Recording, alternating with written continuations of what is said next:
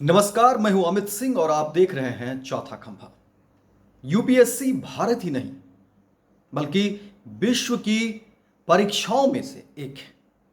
और अगर इसी यूपीएससी की परीक्षा में धांधली सामने आ जाए तो फिर ये चिंता का विषय है और ये एक बहुत बड़ा प्रश्न चिन्ह है पूरे यूपीएससी की जो व्यवस्था है उस पर।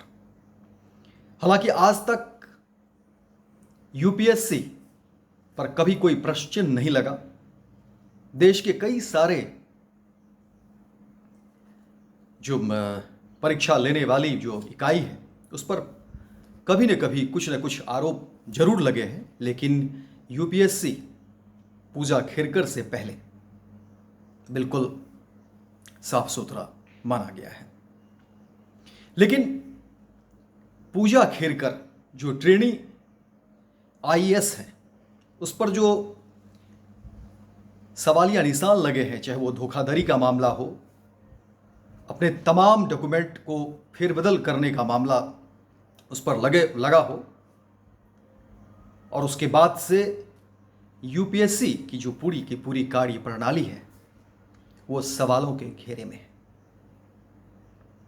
क्योंकि ये कोई साधारण परीक्षा नहीं होती है, यह साधारण बात नहीं है। एक जिम्मेदारी वाला पद होता है यूपीएससी से जो निकल कर आते हैं।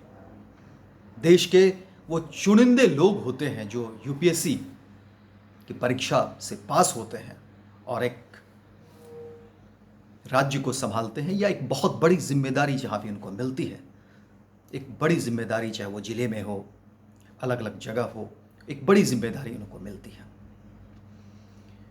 तो क्या है पूजा खेरकर का मामला, ये तो आप सब बीते दिनों से समझते ही आ रहे होंगे, चाहे वो अखबार के माध्यम से हो, टेलीविजन के माध्यम से हो।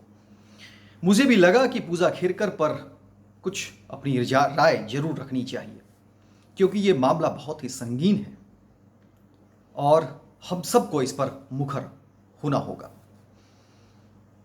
पूजा खेरकर कोई साधारण परिवार की लड़की नहीं है। पूजा खेरकर के पिता भी आईएएस रह चुके हैं, बड़े पदाधिकारी रह चुके हैं, उनके दादा भी आईएएस ऑफिसर रह चुके हैं, ऐसा कहा जा रहा है। हालांकि जब धोखाधड़ी का ही मामला हो और छल कपट का ही मामला हो तो उसके दस्तावेज क्या है नहीं है, वो जब तक पुख्ता ना हो जाए उस पर कुछ भी कहना और सटीक तरीके से कहना बिल्कुल बेमानी होगी। लेकिन जो फैक्ट्स आ रहे हैं, जो डाटा पूजा खेरकर के सामने आ रहे हैं, उसमें यही कहा जा रहा है कि उनके पिता भी रिटायर्ड आईएएस हैं और उनके दादा भी रिटायर्ड आईएएस हैं। तो क्या पूजा खेरकर की जो ये साजिश है कि किस तरह से वो यूपीएससी का एग्ज़ाम दे और उस एग्ज़ाम देने से पहले किस तरह से उन्होंने साजिश की होगी, अपने आप को विकलांग साबित किया होगा, उसके डॉक्यूमेंट वो तैयार किए होंगे। ज़्यादा यूपीएससी की एक मानक होती है कि आप कितना बार परीक्षा दे सकते हैं, आरक्षित जो कोटे से आएंगे उनके लिए किस तरह की व्यवस्था है। तो इस तरह से उन्होंने आरक्षण का भी जो लाभ लिया ओबीसी कोटे का, उसका भी उन्होंने पूजा खेरकर ने पेपर बाकायदा तैयार की होगी। ईमेल आईडी कहा जा रहा है कि पूजा खेरकर का जो है वो भी फर्जी है, नाम भी फर्जी है, क्योंकि अलग अलग पूजा दिलीप खेरकर, पूजा खेरकर, अलग अलग तरह के नाम भी सामने आ रहे हैं, वास्तविक नाम और ये जो उन्होंने डॉक्यूमेंट पेश किए हैं। तो तमाम जो डॉक्यूमेंट पूजा खेरकर का जो सामने आया है, यूपीएससी की जो परीक्षा में उन्होंने जो पेश किया है, वो तमाम डॉक्यूमेंट पर जो है सो सवालिया निशान लग रहा है। और अब मामला कोर्ट में है। आज भी हो सकता है कि ये पटियाला हाउस कोर्ट में पूजा खेरकर ने अपनी जमानत के लिए, या कह सकते हैं कि वो चाह रही है कि भाई उन्हें जेल ना हो, उसके लिए भी उन्होंने जो है सो दायर किया है। और अब देखिए उनके वकील जो है वो क्या रखते हैं अपनी बात और क्या फिर आता है। ये कहा जा रहा है कि आज गुरुवार को जो है बहुत कुछ क्लियर हो जाएगा पूजा खेरकर मामले में। लेकिन सवाल ये है कि क्या पूजा खेरकर जैसे और भी लोग अपनी ड्यूटी तो नहीं कहीं कर रहे हैं अनेक फेक दस्तावेज के साथ? ये सवाल तो अब उठना लाजमी हो गया है, क्योंकि इस तरह का ही मामला छोटे छोटे विभाग में भी देखने को मिला है। आप बिहार की ही बात कर लें, यहाँ पर भी देखेंगे कि कई सारे शिक्षक के बारे में कहा गया कि वो उनकी डिग्री फर्जी है, वो जिस ज़िले से या जिस कॉलेज से, जिस विश्वविद्यालय से उन्होंने बीएड की डिग्री प्राप्त किया है वो मान्य नहीं है, और उनकी फिर जो है सो दक्षता जांच हो और उस पर जो जांच में खरे उतरेंगे उनकी फिर नियुक्ति होगी।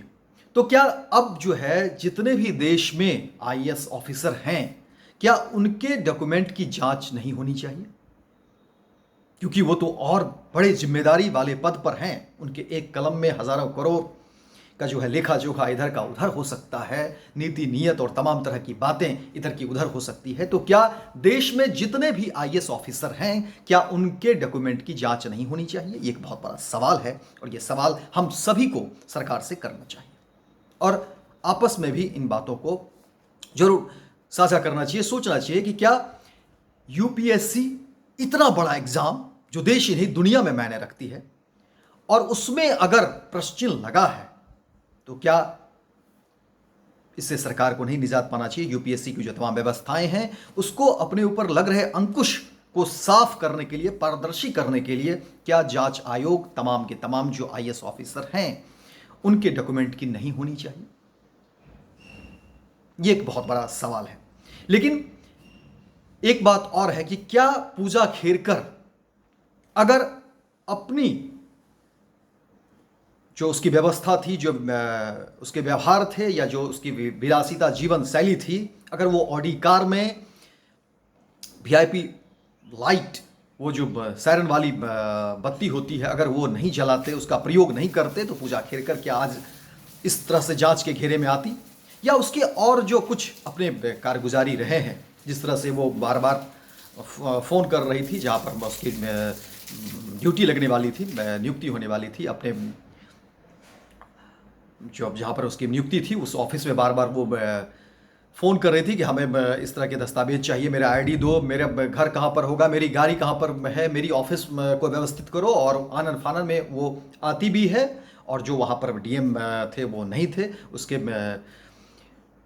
एब्सेंस में उन्होंने अपने चैम्बर को जो है जिस तरह से उन्होंने डेकोरेट करवाया एक असंवैधानिक तरीके से, अगर इस तरह से ना हुआ होता तो क्या पूजा खेरकर आज इस तरह से विवाद में आती? और क्या ये सवाल जो पूजा खेरकर पर उठ रहे हैं क्या ये होता? और क्या फिर पूजा खेरकर अगर वो ये सब चीज़ नहीं होता तो क्या पूजा खेरकर इसी तरह से जो है वो काम कर रही होती, और फिर पदोन्नति होती, उसकी ट्रेनिंग भी समाप्त हो जाती, और फिर उसके ट्रांसफ़र होते, और फिर आराम से वो इस तरह से जो है सो काम कर रही होती, और न जाने क्या क्या उसके कलम से हो रहा होता। अगर वो जिसकी शुरुआत ही इस तरह से फर्जी हो, जिसकी नियुक्ति ही फर्जी हो, तो वो अपने जीवन में कितनी फर्जियां वो करती, जिसका हिसाब लगाना बहुत ही मुश्किल है। तो ये एक बहुत बड़ा सवाल है, बहुत बड़ा विषय है, कम शब्द में इसमें बहुत कुछ नहीं कहा जा सकता है। लेकिन एक सवाल तो जरूर है कि क्या देश के जितने भी जितने भी आईएएस ऑफिसर हैं, या यूपीएससी एग्जाम से जितने भी लोग आए हैं, क्या उनके डॉक्यूमेंट की जांच होनी चाहिए या नहीं होनी चाहिए? ये हम आप सब पर छोड़ते हैं, आप सब भी अपनी राय जरूर रखिए, क्योंकि ये बहुत ही संगीन विषय है। बहुत बहुत धन्यवाद। अगर आप हमारे चैनल को सब्सक्राइब नहीं किए हैं तो सब्सक्राइब करिए, लाइक करिए, और फेसबुक पर हमारे चैनल को फॉलो करिए, ताकि हम सब जो है इस अलग अलग विषय पर जो है जुड़े रहें और अपनी बात को साझा कर सकें। बहुत बहुत धन्यवाद।